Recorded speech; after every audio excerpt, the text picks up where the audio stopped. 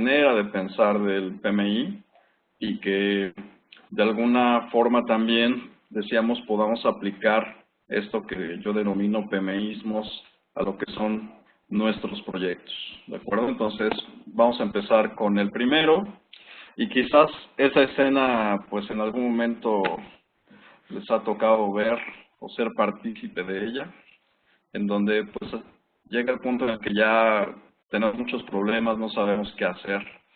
Y el primer PMIsmo justamente dice, los proyectos fallan al inicio, no al final.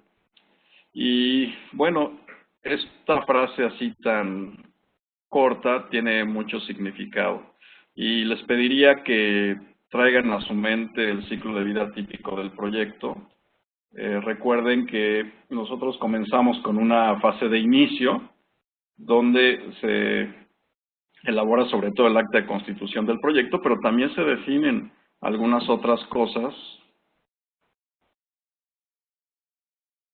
eh, Algunas otras cosas que son muy importantes para después la planificación y ejecución del proyecto, como el objetivo, por ejemplo.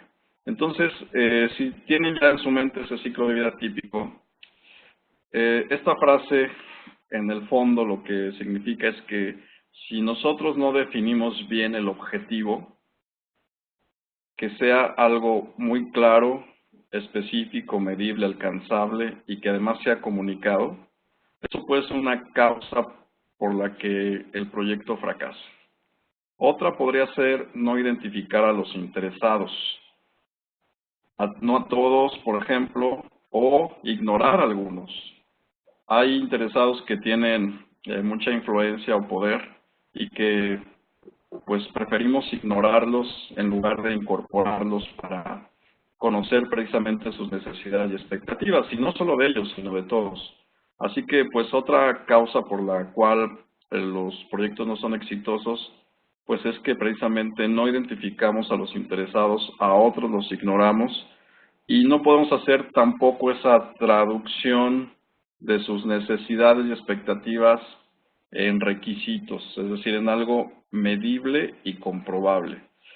Porque recordemos que los interesados de un proyecto o los stakeholders pues expresan lo que quieren como una necesidad o expectativa. Por ejemplo, queremos agua potable. Sí, está bien, pero ¿cómo vamos a primero proveer ese resultado y cómo lo vamos a medir? ¿De acuerdo? Tenemos que hacer esa traducción en requisitos, ya que, por ejemplo, esa necesidad de agua potable, pues podría ser llevando recipientes de agua potable, construyendo un pozo, haciendo una potabilizadora, en fin, hay muchas formas de hacerlo.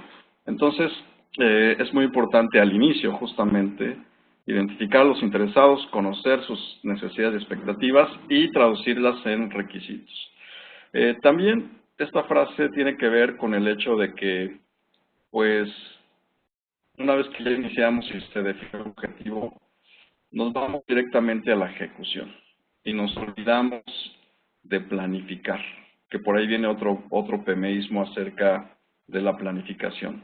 Entonces, claro, empezamos a ejecutar porque las cosas eran para ayer, porque tenemos que entregar ya, y resulta que nos saltamos la planificación y después estamos como estas personas de la foto, todos preocupados, no sabemos qué hacer, con grandes desviaciones en alcance, tiempo y costo.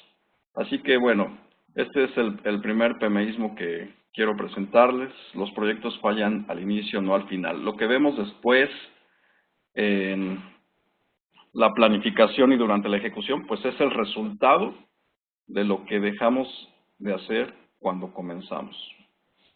Si tuviera alguna pregunta o comentario, por favor adelante. Muy bien, mientras hacen sus preguntas, voy con el siguiente PMIsmo que dice: identificar a los interesados, conocer sus necesidades y expectativas e incorporarlas al proyecto aumenta las posibilidades de éxito. Ya lo anticipaba con el anterior, de hecho es una de las causas por las cuales fallan los proyectos. Decía yo que no hacemos esa identificación de los interesados. Y algo que yo les recomiendo hacer en los proyectos de desarrollo es preguntarnos, por ejemplo, quién usa, quién define, quién aprueba. Con esas preguntas podemos nosotros tratar de minimizar las omisiones, identificar a los principales interesados y sobre todo, decíamos, pues no solo hacer una lista de ellos, sino conocer sus necesidades y expectativas e incorporarlas al proyecto traducidas en requisitos. En la medida de que nosotros seamos capaces de hacer eso, vamos a poder aumentar las posibilidades de éxito del proyecto. Les cuento algo de este tema que estamos tocando, y claro, que no se hizo bien. Yo soy de México y en el 2006 hubo una iniciativa para construir un nuevo aeropuerto en la Ciudad de México. Ya estaban autorizados los recursos, 6,000 millones de dólares, y también pues ya estaba todo aprobado. Alguien decidió que cierto lugar era el adecuado para construir el aeropuerto, pero no tomaron en cuenta a los propietarios de esos terrenos. Entonces, en un principio, por un tema especulativo, en cuanto que el gobierno ofrecía X cantidad y ellos querían más, pues se negaron a la venta. Pero después se infiltraron otros intereses que no tenían nada que ver con el proyecto y por supuesto tampoco con los propietarios de los terrenos, y eso acabó muy mal, con manifestaciones violentas, con gente en la cárcel, y el gobierno, ante tal situación social muy complicada, decidió abortar ese proyecto. Y ya no se hizo. Ya no se hizo, esas fuentes de empleo que se iban a crear no se crearon, y esa inversión tampoco se hizo. Entonces, ese es un ejemplo de cómo es muy importante al inicio identificar a los interesados. Claro, no solamente hay que hacerlo cuando comienza el proyecto, tenemos que hacerlo también durante cada fase o etapa del proyecto, ¿de acuerdo? Muy bien, aquí hay una pregunta de Ana Joana. Gracias, Ana Joana. Dice, ¿qué diferencia tiene el rol de quien define y quien toma la decisión? Muy interesante pregunta, Joana. Pues, quien define podrían ser justamente los beneficiarios o los usuarios, por una parte, porque nuevamente pensemos en una necesidad en una comunidad. Quien define lo que necesita, lo que quiere, pues son ellos. Y en cambio, quien toma la decisión, pues podría ser, por ejemplo, el gobierno, ya sea el municipal, el estatal o nacional, o lo que se llaman subnacionales. Entonces, sí hay que identificar bien esos roles, ¿de acuerdo? Pero sin olvidar que los beneficiarios, en este caso quienes definen, pues no son los expertos. Entonces, ellos van a expresar sus necesidades y expectativas. Nosotros tenemos como expertos que justamente ayudar a que esas necesidades y expectativas se traduzcan en algo que podamos medir y comprobar. Porque seguramente a ustedes les ha tocado, si han estado en algún proyecto, el que sea, por ejemplo, alguna construcción, alguna obra, pues los interesados dicen, quiero que sea bonita, quiero que sea funcional. Si algo incorpora un sistema, ¿qué es lo que típicamente nos dicen? Quiero que sea amigable el sistema. Sí, pero ¿qué significa todo eso? Bueno, tenemos que ayudarles a ellos en esa definición de qué queremos para que realmente satisfaga esas necesidades y expectativas. Porque finalmente nosotros somos los expertos. Y nosotros me refiero al equipo del proyecto, ¿de acuerdo? Muy bien. Seguimos con el feminismo que sigue. A ver, mientras hay preguntas, las pueden ir poniendo, como les decía. Este otro dice, los proyectos son un medio para cumplir con los objetivos estratégicos de la organización. Esto también es muy importante porque ya durante muchos años de trabajo en este tema de la gestión o dirección de proyectos, pues he visto muchas cosas. Y entre ellas que a veces los proyectos pareciera que son todo lo contrario a esto que estamos presentando en la diapositiva y entonces nos encontramos con muchísimas dificultades, barreras para poderlos llevar a cabo. Y es que en realidad los proyectos lo que hacen es contribuir al cumplimiento de los objetivos estratégicos de la organización. Y claro, como organización también podríamos considerar a un país, ¿de acuerdo? O a una provincia, a un departamento. Y es que toda organización debe tener una misión. Recordemos que la misión, dicha de una manera muy sencilla, pues es la razón de ser de la organización. Pero ninguna organización pública o privada puede permanecer en el tiempo tal y como fue definida, ¿están de acuerdo? Por lo tanto, lo que generalmente se hace es definir una visión, cómo nos vemos a futuro, a 3, 5, 10 años. Ahora, ¿cómo le hacemos para transitar del estado actual en el que nos encontramos a ese declarado en la visión? Pues generalmente se hace una planificación estratégica. Ahí tenemos una serie de objetivos estratégicos y repito, esto lo podemos extrapolar a un país. Hay objetivos estratégicos que de cumplirse, pues lo que estamos haciendo pues es precisamente llevar a nuestra organización a ese estado futuro que queremos. A su vez, para cumplir con esos objetivos estratégicos, se plantean una serie de iniciativas o propuestas, las cuales se evalúan. Recuerden que en el ciclo de vida típico de los proyectos de desarrollo, antes de la etapa de inicio de la ejecución, pues hay una etapa de diseño, en donde hacemos la matriz de resultados y definimos líneas de base y objetivos que hay que seguir.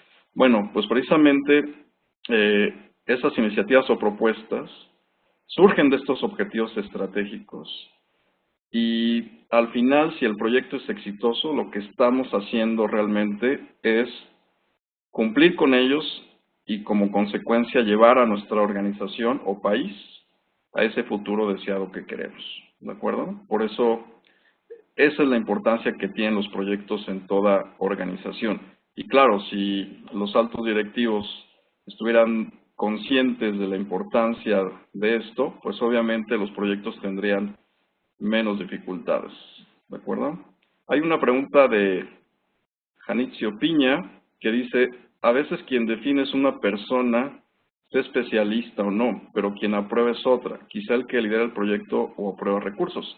Sí, a veces se da de esa manera. De hecho, es importante que desde el inicio tengamos identificados a los interesados y los incorporemos, como decíamos, en la definición de qué esperamos del proyecto, pero con el apoyo del equipo del proyecto y otros expertos si es necesario, precisamente para que esté muy bien definido qué es lo que queremos.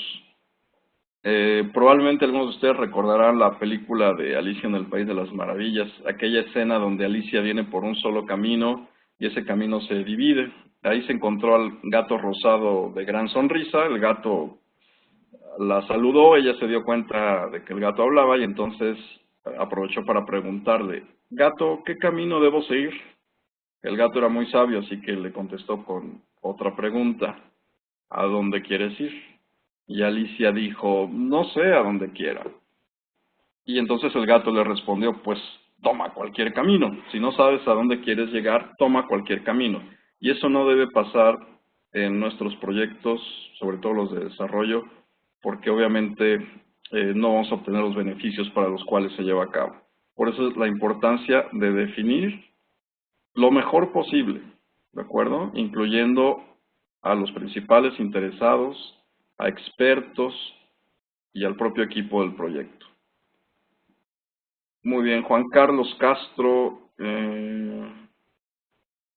hace otra pregunta que dice, ¿cómo puede ayudar el BID a que los gobiernos apliquen estos elementos de identificación clara de los interesados, de tal suerte que los proyectos obedezcan objetivos sociales, organizacionales o gubernamentales? Muy bien, buena pregunta, Juan Carlos. Pues precisamente lo que está haciendo el BID como contribución a esto, pues es dar a conocer y difundir estas buenas prácticas en dirección de proyectos o en gestión de proyectos. Si tú ya tomaste el curso PMA y la mayoría de ustedes, pues recordarán que precisamente ahí se revisa el tema de los interesados, la importancia que tiene identificarlos y conocer sus necesidades y expectativas. Entonces, esa es la parte en la que el BID apoya. Obviamente también en los talleres de arranque, pues se promueve que se haga esta actividad si es que no se ha hecho. ¿De acuerdo? Ahí se hace entonces. Muy bien, entonces, importantísimo, los proyectos son un medio para cumplir los objetivos estratégicos de la organización. También podríamos decir al respecto que un proyecto es exitoso en la medida de que contribuye al cumplimiento de los objetivos estratégicos. Un proyecto no es exitoso porque termine a tiempo o incluso porque termine dentro del presupuesto autorizado. De hecho, ustedes saben que en los proyectos de desarrollo es muy común el que haya prórrogas o incluso haya contratos adicionales. Pues bueno, precisamente porque de lo que se trata es de cumplir los objetivos estratégicos de la organización a través del proyecto. El proyecto es un medio. Muy bien, acá tenemos otra pregunta de Alba. Dice, para tener un horizonte claro de hacia dónde vamos y cumplir con los objetivos estratégicos del país, en el BID se cuenta con una estrategia de país. Es correcto. Un CPD, Country Programming Document. Muy bien, las notas técnicas, lo que hace el BID es acompañar al país en la planificación, ejecución de sus planes de 4 a 5 años de gobierno del país. Así es, Alba. Muy bien, muchas gracias por tu contribución. Sí, aquí en México, por ejemplo, se tiene el Plan Nacional de Desarrollo, donde están sus objetivos estratégicos. En el Ecuador está el Plan del Buen Vivir, y así en cada uno de los países existen esos planes, y efectivamente el BID acompaña pues a hacer esta liga. Así que bueno, gracias por la aportación. Pasamos al siguiente PMIsmo que dice, la información histórica debe ser recopilada y utilizada como base para la planificación, estimación y análisis de riesgos. Y bueno, acá lo que nos dice el PMI es que una vez que te designan a ti como gerente de proyecto, lo primero que deberías hacer es revisar esa información histórica de proyectos similares anteriores. Pero para que exista, pues obviamente de los proyectos que ya realizamos, tuvimos que haber documentado, recopilado y almacenado en un lugar al cual tengan acceso todos quienes hacemos proyectos. Porque ahí están precisamente las bases para hacer las estimaciones y también están las lecciones aprendidas. Está lo que hicimos bien para repetirlo y los errores que cometimos para no volverlos a cometer. Así que, por un lado, tenemos que documentar todo lo que hagamos en el proyecto. Y por el otro, pues una vez que vayamos a iniciar uno nuevo, consultar toda esa información. Pensemos, por ejemplo, en cómo vamos a estimar la probabilidad de un riesgo. Bueno, siempre nos va a ayudar esa información histórica. Es muy importante contar con ella. Si no la tenemos, pues bueno, nuestros estimados van a ser bastante imprecisos. Aquí tenemos otra pregunta de Juan Gracia, que dice, saludos desde la Biblioteca Nacional de Colombia. No sé si me estoy adelantando, pero en los objetivos del proyecto, ¿cómo se pueden predefinir los indicadores de cumplimiento o impacto? Bueno, esos, Juan, se definen generalmente en la matriz de resultados, es decir, ya tuvo que haber un trabajo previo al inicio de diseño, en donde se tienen que definir esos indicadores de cumplimiento o de impacto. De hecho, es parte importante para tomar la decisión de si se va a financiar o no ese proyecto. ¿De acuerdo? Marta Catalina, un aspecto muy importante en la actualidad son indicadores que no solo midan la ejecución financiera versus los usuarios, sino que midan realmente los impactos.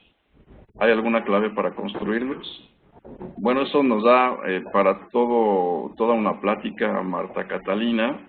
Sí, claro que hay técnicas para construir esos indicadores. Efectivamente, no todo es ejecución financiera. No solamente es aplicar, por ejemplo, valor ganado. Tenemos que ver de qué manera definimos esos impactos. Pero yo te pediría que me contactes a través de mi correo y para que yo te mande información más detallada al respecto, ¿de acuerdo? Porque como decía, da para todo un webinar hablar de eso.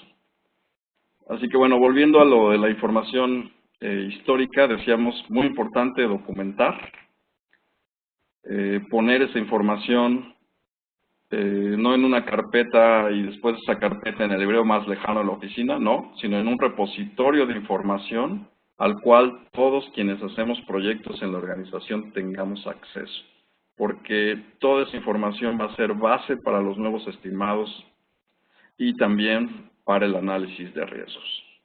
Así que bueno, paso al siguiente PMismo. Si hay preguntas, por favor, váyanlas poniendo. Y aquí, bueno, ustedes, si recuerdan, la guía PMA, pues hablamos de 7 herramientas y las 7 son de planificación, la EDT, el cronograma, curva S, matriz de adquisiciones, en fin, las que ustedes conocen, son 7. Y si nos referimos al PMBOK, hay 47 procesos de dirección de proyectos. Y de esos 47, 24 son de planificación. Con eso lo dice explícitamente el PMI, lo más importante de la gestión de proyectos es la planificación, ¿de acuerdo? Hay una figurita que quienes hayan leído el PMBOK seguramente recuerdan, en donde se representan los 5 procesos de dirección de proyectos. El primero es el de inicio, después está la planificación, después viene la ejecución, el monitoreo y control y el cierre. Y precisamente, inmediatamente después del inicio, viene la planificación. ¿Qué quiere decir con eso el PMI? Que una vez que inició el proyecto, se desarrolló el acta, se designó al gerente del proyecto, lo que sigue es planificar. Pero he visto muchos proyectos en diferentes países donde del inicio se van directamente a la ejecución. Decíamos, hay muchos factores para eso, pero bueno, así es, así lo hacen. Y claro, después estamos con muchos problemas y finalmente teniendo que hacer esos planes que dejamos de hacer. Así que bueno, importantísimo planificar. Por eso el PMI tiene 24 procesos de planificación, de los 47 más de la mitad. Y en la guía PMA hablamos de 7 herramientas, todas ellas orientadas a la planificación. Así que planificación muy importante. Bien, voy a pasar al siguiente. Este aplica no solamente para los proyectos de desarrollo, créanme que en muchas organizaciones he visto exactamente lo contrario. Es probable que ustedes hayan vivido la experiencia de que no sucede esto que dice la diapositiva. El PMIsmo dice, el gerente del proyecto tiene control sobre todos los aspectos del proyecto. Y bueno, eso en muchas organizaciones no se da de esa manera. Y de ahí la importancia precisamente de desarrollar el acta de constitución del proyecto y en ella hacer una designación formal, oficial, no solo del nombramiento del gerente del proyecto, sino de la autoridad que se le está dando precisamente pues para ejercer los recursos del proyecto, para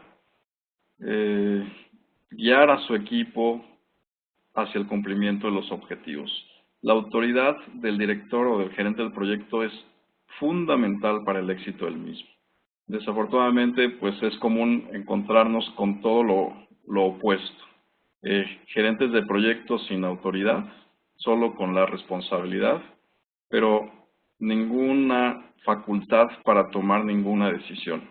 De ahí, insisto, la importancia del acta de constitución del proyecto y de la estructura de gobernabilidad, que quienes han tomado el curso PMA seguramente recuerdan que en la propia acta es donde tenemos que poner esa estructura y ese empoderamiento al gerente del proyecto, ya que esto es muy, muy importante. ¿De acuerdo?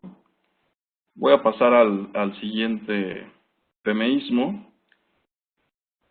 Y bueno, aquí tenemos este que dice, el gerente del proyecto debe pasar la mayor parte de su tiempo comunicando.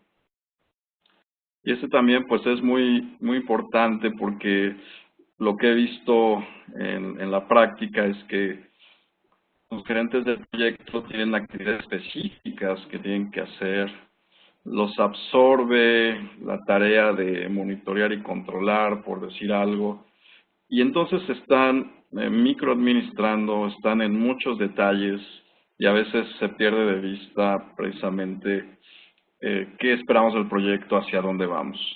Así que este PMIsmo dice que tú como gerente de proyecto, pues no deberías tener actividades, tareas específicas que realizar, para eso se forma el equipo, sino más bien deberías pasar tu tiempo comunicándote con tu equipo, con los interesados, que obviamente incluye tanto a beneficiarios como a otras entidades, pares, gobierno, en fin, muchas personas y organizaciones que están o tienen que ver con el proyecto y que es fundamental para el éxito también del proyecto el que tengamos esa comunicación. De hecho, si alguien de ustedes ha realizado el examen de PMP, pues hay preguntas al respecto y aquella opción que diga que el gerente del proyecto debe pasar más del 90% de su tiempo comunicándose es la correcta, ¿sí? Y bueno, hablar de un porcentaje es medio complicado, pero sí tenemos que pasar gran parte de nuestro tiempo comunicando al interior de nuestro equipo, pero también hacia los demás interesados. Es muy importante. ¿Hay alguna pregunta o comentario de este PMIsmo? ¿No? Ahí veo a Ismael. Hola Ismael, ¿cómo estás? Gusto de verte otra vez. Muy bien, entonces, bienvenido. Marta Catalina dice, el tema de comunicación es muy importante. Sí, importantísimo. Y en un proyecto de desarrollo que es algo complejo, pues obviamente que toma mayor importancia. En los cursos que yo doy hacemos una dinámica y bueno, también en los talleres de inicio de los cursos virtuales, que es de comunicaciones. Somos un grupo de 5 personas y solo a la primera le damos el objetivo del proyecto. La primera persona generalmente asume que los demás ya conocen el objetivo. Claro, ahí hay una reglita de que no pueden hablar, solamente se comunican por escrito con post-its, ¿no? Y se dan resultados bien interesantes. Por ejemplo, resultados desde que la persona A nunca comunicó el objetivo a los 4 otros miembros de su equipo y entonces se termina el tiempo y no concluyen la dinámica. O también ha pasado que la persona que tiene el objetivo y que está hasta el frente del grupo asume que los demás tienen las mismas instrucciones y se queda sin hacer nada esperando que los demás lo hagan. Y un caso realmente insólito que me pasó es que en un equipo me pasaron el papelito con el resultado y el resultado, ¿qué creen que decía? Decía, ya nos pusimos de acuerdo en que vamos a ir a almorzar al McDonald's. Y no tenía nada que ver con el objetivo que se había planteado. De hecho, el objetivo de esa dinámica es identificar cuáles símbolos tienen en común todos los miembros del equipo. Pero, ¿qué pasó en esa ocasión? Que como los otros integrantes del equipo no tenían la información de cuál era el objetivo y la persona que sí la tenía no la comunicó, alguien que seguramente ya tenía hambre escribió en un papelito, pues pongámonos de acuerdo a dónde vamos a ir a almorzar, y lo envió hacia adelante y ese se convirtió en el objetivo del proyecto. Vean qué interesante, ¿no? Y en un ejercicio súper sencillo, con instrucciones por escrito. Ahora, en un proyecto de desarrollo, este tema de comunicaciones obviamente se vuelve mucho más complejo. Por eso, en el curso PMA les pedimos que se haga una matriz de comunicaciones. ¿De acuerdo? Aquí tengo otros comentarios de Marta Catalina. De hecho, muchos de los problemas de los proyectos se dan por no comunicar. Así es, Marta Catalina. O comunicar a medias, es correcto, porque a veces les enviamos información que no debería llegarle a ciertas personas, o está a medias, o no les llega, o no la reciben de manera oportuna, ¿de acuerdo? Es muy importante. Edwin Álvarez dice, la matriz de comunicación es una buena herramienta. ¿Existe otra que pueda ayudar más al gerente del proyecto? No, la que propone el PMA y también el PMI es la matriz de comunicaciones, pero sobre todo hacer uso de tus habilidades blandas en el sentido de estar, Edwin, cercano a tu equipo, observando y conversando. Eso ayuda mucho. No hay que ser un gerente de proyecto virtual que todo el mundo ha escuchado de él, pero nadie lo conoce, ¿no? Hay que estar cercanos, conversando y observando. B. Celaya comenta, en la realidad es bien difícil que el gerente del proyecto no tenga actividades específicas, ya que muchas veces debe sumarse a realizar actividades para poder avanzar hacia el cumplimiento de las metas del equipo. Sí, totalmente de acuerdo contigo. De hecho, mencioné que esa es la realidad, ¿no?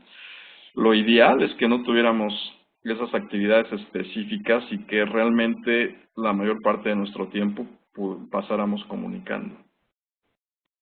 Juan Carlos Castro, pero importante es que no asuma labores que no son propias. También, claro.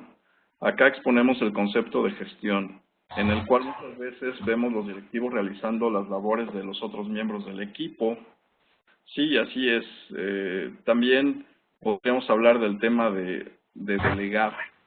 No sé ustedes en sus países, pero acá en México somos muy desconfiados, ¿no? Entonces nos cuesta trabajo delegar porque creemos que los miembros de nuestro equipo no van a hacer bien las cosas. Y claro, entonces nos metemos a hacerlas o a explicar a detalle y ahí perdemos tiempo.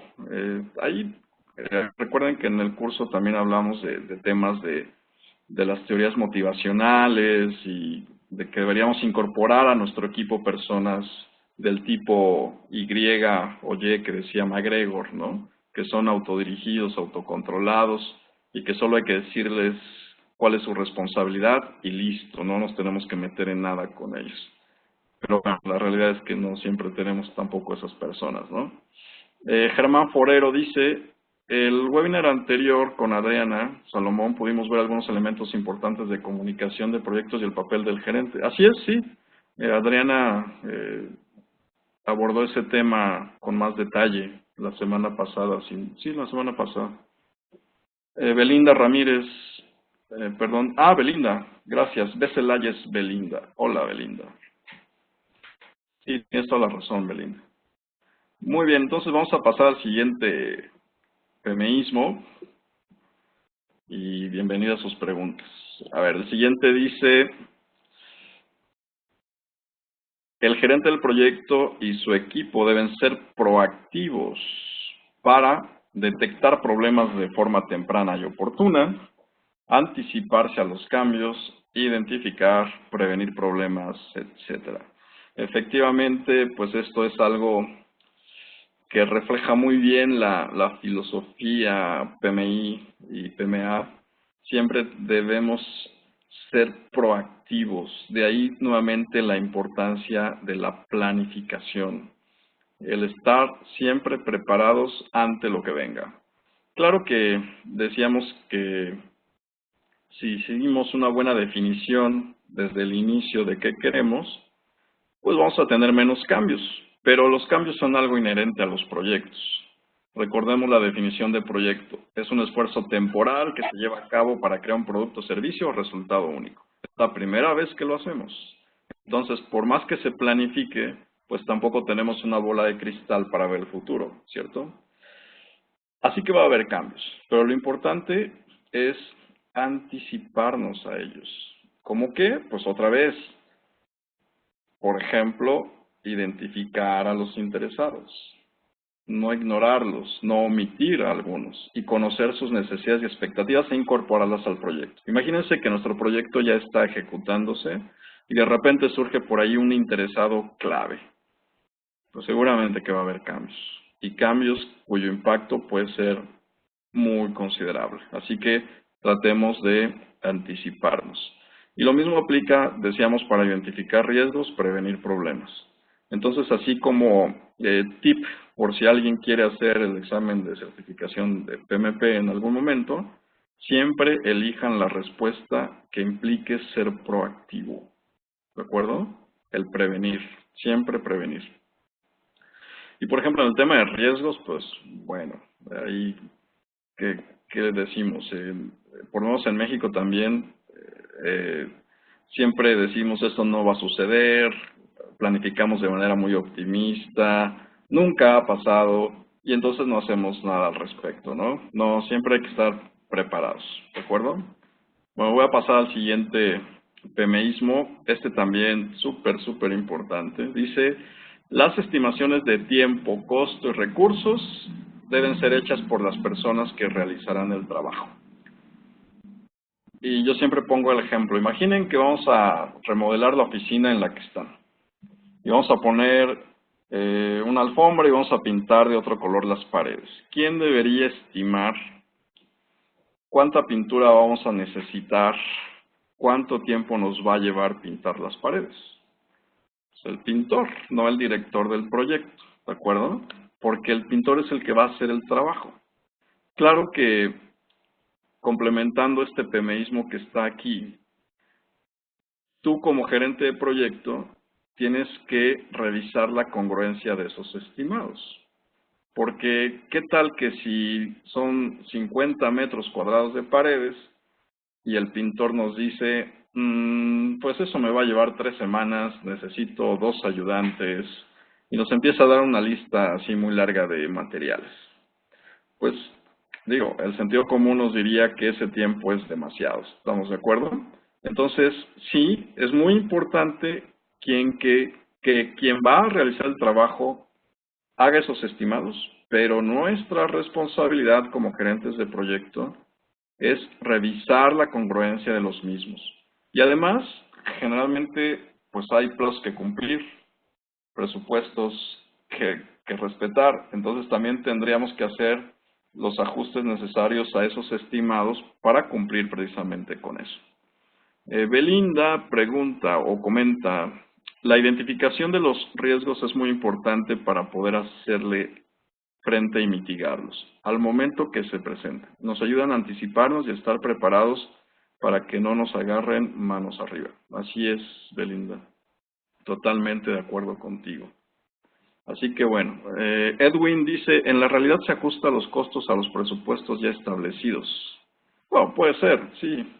De acuerdo, yo les comentaba hace un rato que es hasta cierto punto común que los proyectos de desarrollo tengan contratos adicionales, ¿no? Porque finalmente lo que nos interesa es cumplir con los objetivos del proyecto. Y hay muchas circunstancias económicas que también hacen que tengamos que hacer estos ajustes. Así es. Así que bueno, por favor, ustedes, gerentes de proyecto, no olviden este PMismo, no hagan ustedes todos los estimados, ustedes no son los expertos en todo, ni quienes van a hacer el trabajo. Entonces, déjenselo a las personas que lo van a hacer, pero eso sí, revisen la congruencia de esos estimados, ¿de acuerdo? Paso al siguiente PMismo, que dice, el equipo debe estar involucrado en la planificación y control del proyecto. Esto es muy importante también porque, bueno, ya hemos dicho que es fundamental planificar el proyecto, que hay 7 herramientas PMA, hay 24 procesos en el PMBOK de planificación. Es muy importante antes de empezar la ejecución. Y también lo es involucrar al equipo. Y está muy relacionado con el PMismo anterior, que los estimados de tiempo, costo y recursos tienen que hacerlo las personas que van a realizar el trabajo. Si nosotros involucramos al equipo, vamos a lograr dos cosas, tres para ser preciso, que generalmente por naturaleza no tienen los equipos de proyecto. Vamos a lograr identidad del equipo, vamos a lograr compromiso y motivación. Cosas que les digo por naturaleza no hay en un equipo de proyecto. ¿Por qué? Porque los proyectos en general son trabajo adicional al que ya tenemos que hacer. Además, el equipo se conforma con personas de diferentes áreas, entonces de entrada ya tienen dos jefes. Y por último, si hay algún incentivo, el incentivo está relacionado con los resultados de tu área, de tus funciones, no con los resultados del proyecto. Entonces, ¿quién quiere estar en un proyecto? Nadie, ¿no?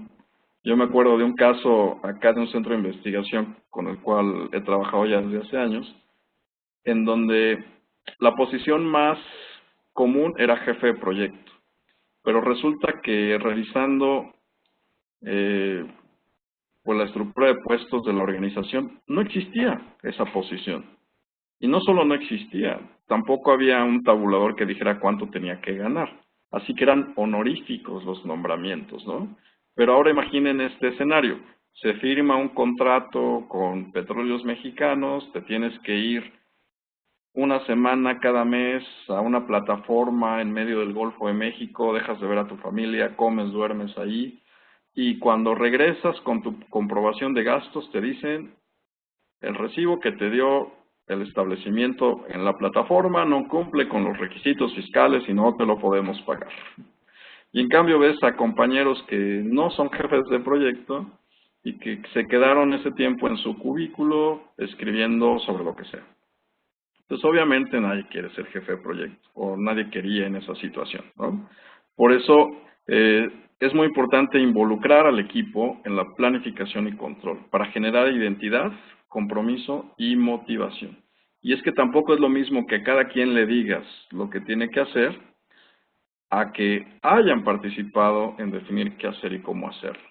Aquí Belinda también hace otro comentario. Así debe ser, el gerente no es un todólogo, por eso nace la necesidad de crear un equipo con habilidades y conocimientos diferentes. Así es, Belinda, multidisciplinario. Muchos errores o problemas se generan porque los gerentes pretenden saberlo todo. Totalmente de acuerdo.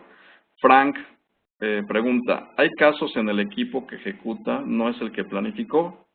Esto es muy complicado. ¿Cómo podemos lidiar con eso? Sí, totalmente de acuerdo, Frank. Sobre todo, y ahí sí me voy a ir un poco a los proyectos privados. Hay organizaciones que tienen un área comercial y esas personas son evaluadas por lo que venden. Entonces, con tal de vender, le ofrecen al cliente pues, la luna y las estrellas. Y ya que vendieron, dicen, aquí está Ismael, este proyecto es tuyo, ejecútalo. Pero, pues obviamente se comprometieron a plazos que no se pueden cumplir, a costos que quién sabe dónde sacaron.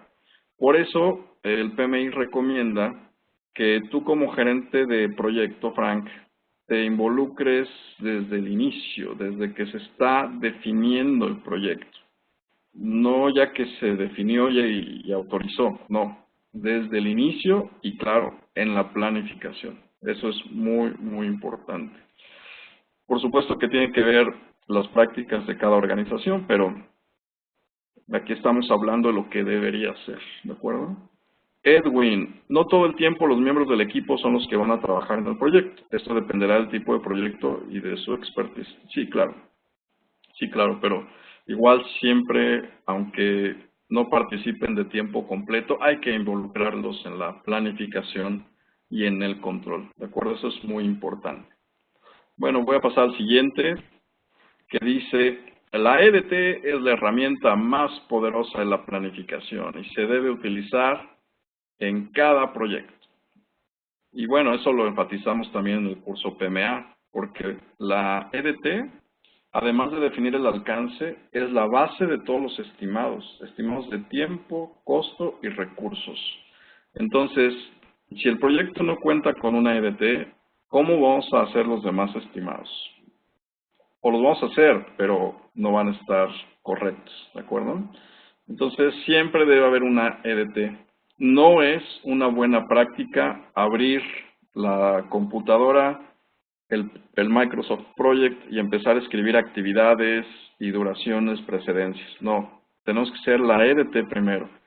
Y recomendación, usemos post-its, hacerlo de manera gráfica, para que participe precisamente todo el equipo. Esa es una muy buena manera de involucrar al equipo, por ejemplo, en el desarrollo de la EDT. También se dice que la EDT, una vez que el proyecto ya está en ejecución, es una muy buena herramienta de comunicación con los interesados. Porque en lugar de mostrarles, por ejemplo, una Gantt de cientos, quizás miles de actividades, pues les mostramos la EDT y les decimos cuáles entregables ya están completos, cuáles están en proceso, cuáles siguen las próximas etapas. ¿De acuerdo? Es una muy buena herramienta, no solo de estimación, de organización, sino también durante la ejecución para comunicar cómo va el proyecto. Jorge Martelo dice, ¿conoce algún país que ha llevado estándares como los del PMI a una norma país de estricto cumplimiento? Todavía no, Jorge, pero te comento que en el Paraguay está haciendo un esfuerzo muy grande. De hecho, ellos fueron pioneros de los cursos PMA y en el gobierno ya se solicita como requisito para quienes trabajan en proyectos financiados por el BID y otros entes, tengan el curso PMA, la certificación PMA. Entonces, pues bueno, eso ya es algo muy bueno, ¿no? Que sea un requisito porque eso de alguna manera garantiza que conocen estas buenas prácticas, estas herramientas y que esperamos las utilicen en los proyectos. Entonces, ese es el caso que yo conozco, el de Paraguay. Pero en el Ecuador, ellos también tienen ya mucho tiempo trabajando con esto del PMI. Yo considero que hay un muy buen conocimiento de lo que son estas buenas prácticas y si bien no se ha llevado a una ley o estándar como país, sí sé que la SEMPLADES, que es la Secretaría Nacional de Planificación, ha adoptado estas buenas prácticas. De hecho, yo les tuve oportunidad de darles cursos a ellos a través del Tecnológico de Monterrey, precisamente para que todos los funcionarios de las EMPLADES conocieran estas buenas prácticas. Entonces, pues bueno, son esfuerzos que están llevando a cabo, pero todavía no conozco algún país donde sea algo normativo. Ojalá así fuera, ¿no? Eneida Góngora dice, ¿podría considerarse que la homologación de la norma ISO 21500 en México, al ser de aplicación multiindustria, puede ser otra referencia? Entiendo que está preparando actualmente. Sí, Eneida, definitivamente sí es otra referencia. Es diferente a la norma del PMBOK, pero, bueno, diferente en el sentido que no es ISO, ¿no? Pero finalmente tienen muchas similitudes, pero también se puede usar como referencia. Muy bien, vamos a seguir al otro PMIsmo que dice acá. Los adicionales fuera del alcance no agregan valor a un proyecto y deben ser evitados. Aquí no aplica esa frase que dice al cliente lo que pida, ¿no? No. Hay que definir bien qué es lo que queremos, qué es lo que esperamos del proyecto y enfocarnos a cumplir con eso. Y si lo hacemos, podemos decir que el proyecto fue exitoso en ese sentido, ¿no? de cumplimiento de para qué fue creado. Decíamos que, bueno, al final realmente va a ser exitoso si cumple con los objetivos estratégicos de la organización. Pero no hay que dar más de lo que acordamos, más de lo que se definió, aunque nos parezca buena idea. Porque cuando nosotros damos adicionales fuera del alcance, pues corremos el riesgo de que No solo no quedemos bien con los usuarios, beneficiarios o clientes, sino que también tengamos desviaciones en costo, en tiempo y el propio alcance se distorsiona. Entonces, hay que apegarnos estrictamente a lo que se definió, ¿de acuerdo? No se agrega valor. A esto el PMI le llama scope creep o corrupción del alcance. Terminamos entregando algo bien diferente a lo que se planteó al inicio. Y eso se da porque puede haber pequeños cambios que aparentemente no tienen impacto, pero que a lo largo del ciclo de vida del proyecto se van acumulando, precisamente ocasionando que al final entreguemos algo muy diferente. Y eso no es una buena práctica. Paso al que sigue. Los cambios en el proyecto deben ser esperados, planificados y bien gestionados. Que de alguna manera ya lo habíamos comentado esto. Por naturaleza, un proyecto conlleva incertidumbre. Por lo tanto, es natural que haya cambios. Es lo normal. Lo importante es precisamente estar conscientes de que se van a dar, planificarlos y gestionarlos. Por eso es que en el curso PMA vimos la herramienta de gestión del valor ganado, que nos ayuda a medir el desempeño del proyecto, identificar desviaciones, incluso hacer pronósticos para tomar acciones correctivas y preventivas. ¿De acuerdo? Eso es muy importante. Pero decíamos también que el gerente del proyecto y su equipo se tienen que anticipar a los cambios.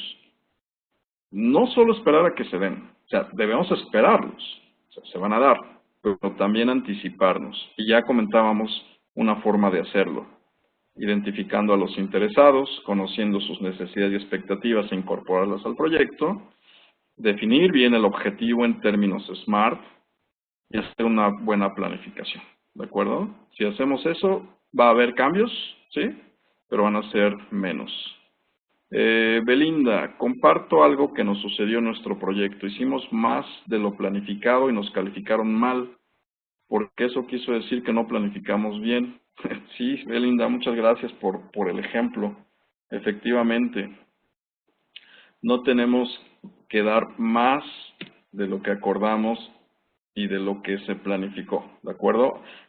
Hay un término también coloquial para decirle a esto, o llamarle a esto, que es la chapa de oro, o el chapado de oro, ¿no? A veces nos parece buena idea darle algo más al cliente y no siempre lo es. Así que bueno, seguimos con los feminismos, ya hablamos del cambio y otro relacionado a eso es el que tenemos aquí, que dice, ante todo cambio, identifique, evalúe, gestione. Primero decíamos, tenemos que influir en los factores que podrían crear cambios para que haya los menos posibles. Por otro lado, anticiparnos a los cambios. Pero cuando estos suceden, aquí está una receta muy fácil de seguir. Hay que identificarlos, es decir, en qué consiste el cambio, qué es lo que hay que hacer, de quién proviene, quién lo está proponiendo. Una vez que ya tenemos toda la información necesaria del cambio, hay que evaluarlo. Y la evaluación tiene que ser en el sentido de los 6 elementos fundamentales de todo proyecto. El alcance, tiempo, costo, calidad, recursos y riesgos. Tenemos que evaluar ese cambio, cómo nos va a impactar en esos 6 elementos. Porque, obviamente, si lo llevamos a cabo, que sería ya la tercera parte que dice gestionar, pues vamos a tener un impacto en cualquiera de esos elementos del proyecto. Así que de ahí muy importante su evaluación.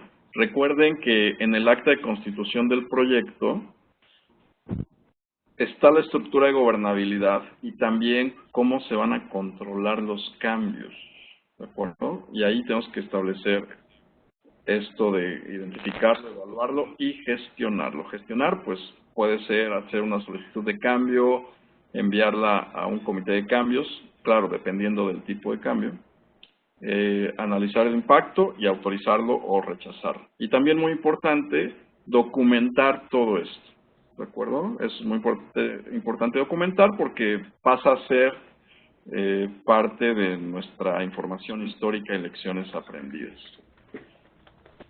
Bien, voy a pasar al siguiente, ya faltan poquitos, pero también el tiempo se nos está acabando. Que dice, los problemas del equipo se resuelven dentro del equipo. Y bueno, este también es muy importante porque a veces cuando hay un problema dentro del equipo, nos vamos a instancias de fuera de él, incluso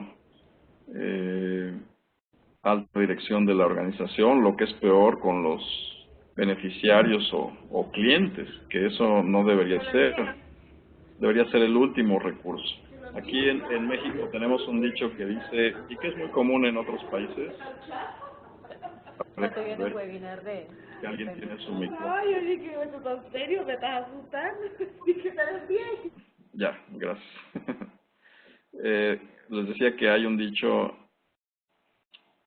que dice, los trapos sucios se lavan en casa, ¿no? Así que cuando se presenta un problema dentro del equipo, siempre debemos tratar de resolverlo dentro del equipo y escalarlo cuando sea absolutamente necesario.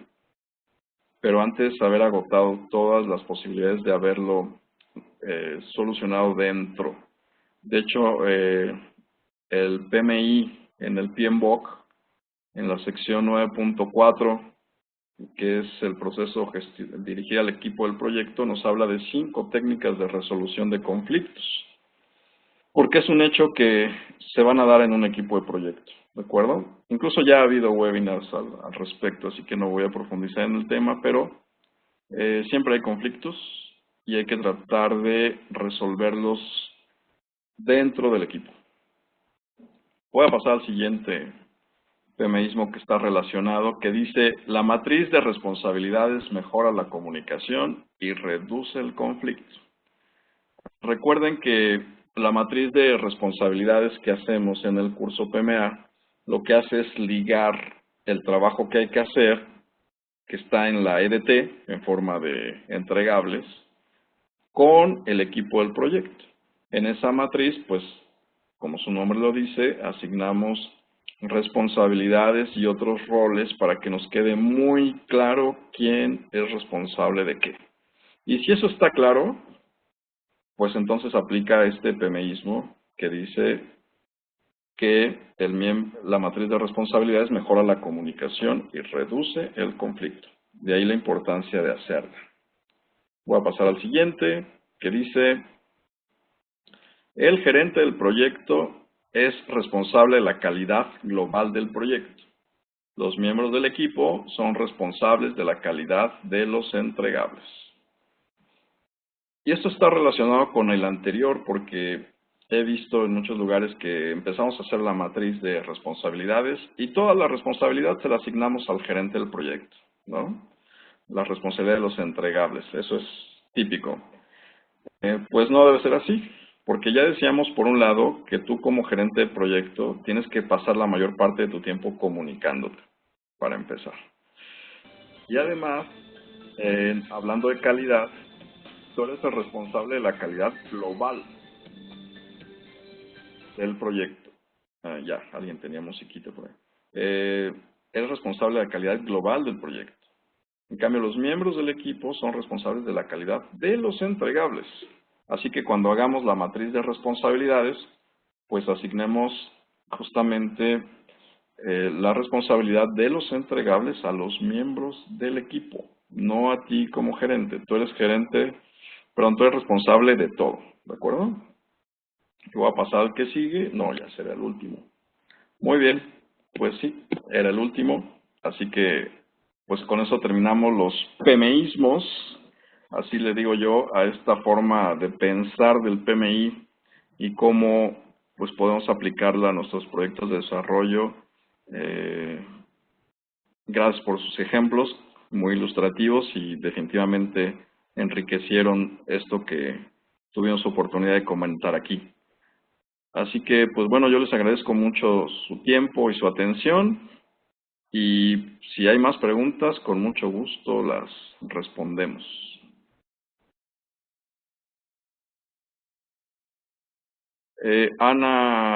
Joana pregunta, ¿a través del BIT se puede obtener la certificación en PM? Bueno, hay dos certificaciones a través del BIT, que es, perdón, voy a enviar en el chat a todos. Está la certificación PMA, que es Project Management Associate, y está la PML, que es Project Management Leadership, que está enfocada a habilidades blandas. Esas son las dos que se pueden obtener a través del BIT, que tienen valor oficial, por así decirlo, y reconocido por el BIT, obviamente, y que también están reconocidas por el PMI porque otorgan algo que se llama PDUs, las Professional Development Units, pero a través del BIT no se obtiene la certificación de PMP. De hecho, la única institución que otorga esa certificación es el propio PMI, ¿de acuerdo? Es solo el PMI mediante un examen previo cumplimiento de dos requisitos. Un requisito es comprobar 4.500 horas de experiencia en proyectos y tener 35 PDUs, se lo estoy escribiendo en el chat, y tener 35 PDUs. Entonces, el curso PMA da esas PDUs precisamente para poder hacer el examen de certificación de PMP, si así se quisiera. Luis Peñalosa pregunta, ¿cómo se pueden obtener esas certificaciones o cómo es el proceso de participar? Luis, acércate a la oficina del BIT en tu país. Se lanzan convocatorias para participar en esos cursos. Claro, las convocatorias son para miembros de los equipos de proyecto que financia el BIT en tu país. Entonces, es la forma de hacerlo para que puedas participar en un curso y obtener esa certificación.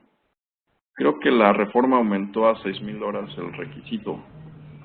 Todavía no, Jorge. Siguen siendo 4.500 horas. Y 7.500 para quienes no tienen grado universitario. ¿Sí? Son 4.500 para quienes tienen un título universitario y 7.500 para quienes no. Todavía. Muy bien. Edwin pregunta, ¿cómo se revalida el PMA? Esa es buena pregunta, Edwin. No sé cómo se revalida. Ricardo. Sí, Julio. Sí, bueno, comentarte, al principio en su día, digamos que tenía una validación las certificaciones del PMA y del PML, pero se decidió que en vez de tener que revalidar esas certificaciones, a través de esta comunidad del PM4R Cloud y webinar como el que estamos haciendo hoy, que la gente pudiera ir accediendo, participando en nuestras actividades e ir actualizando todas las capacidades que adquirieron durante el curso. Muy bien, Julio. Muchas gracias. Muy bien, pues, ¿hay más preguntas? Y si no, les agradezco nuevamente. Sí. Si me permite. Sí, Ismael, adelante. Sí, no, como yo soy parte del capítulo de PMI y yo sé que hay gente que está interesada también en la certificación, que se puede acercar a los capítulos de PMI de sus países y pueden buscar el mecanismo de hacer el examen también a través del capítulo de sus propios países. Claro. Gracias, Ismael. Muy bien, pues, si no hay más preguntas, nuevamente les agradezco. Gracias por su participación. Adelante, Julio. Ricardo, solo para terminar, que había algún participante que también preguntaba por la grabación.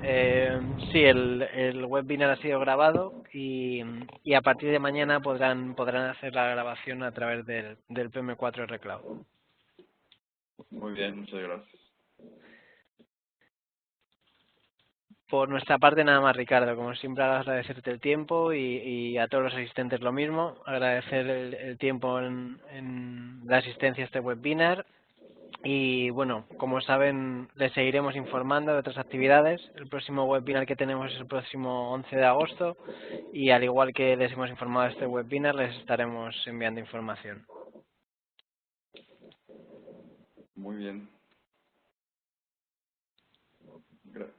Gracias a todos nuevamente. Que estén muy bien. Gracias, un saludo. Saludos. Gracias, hasta pronto.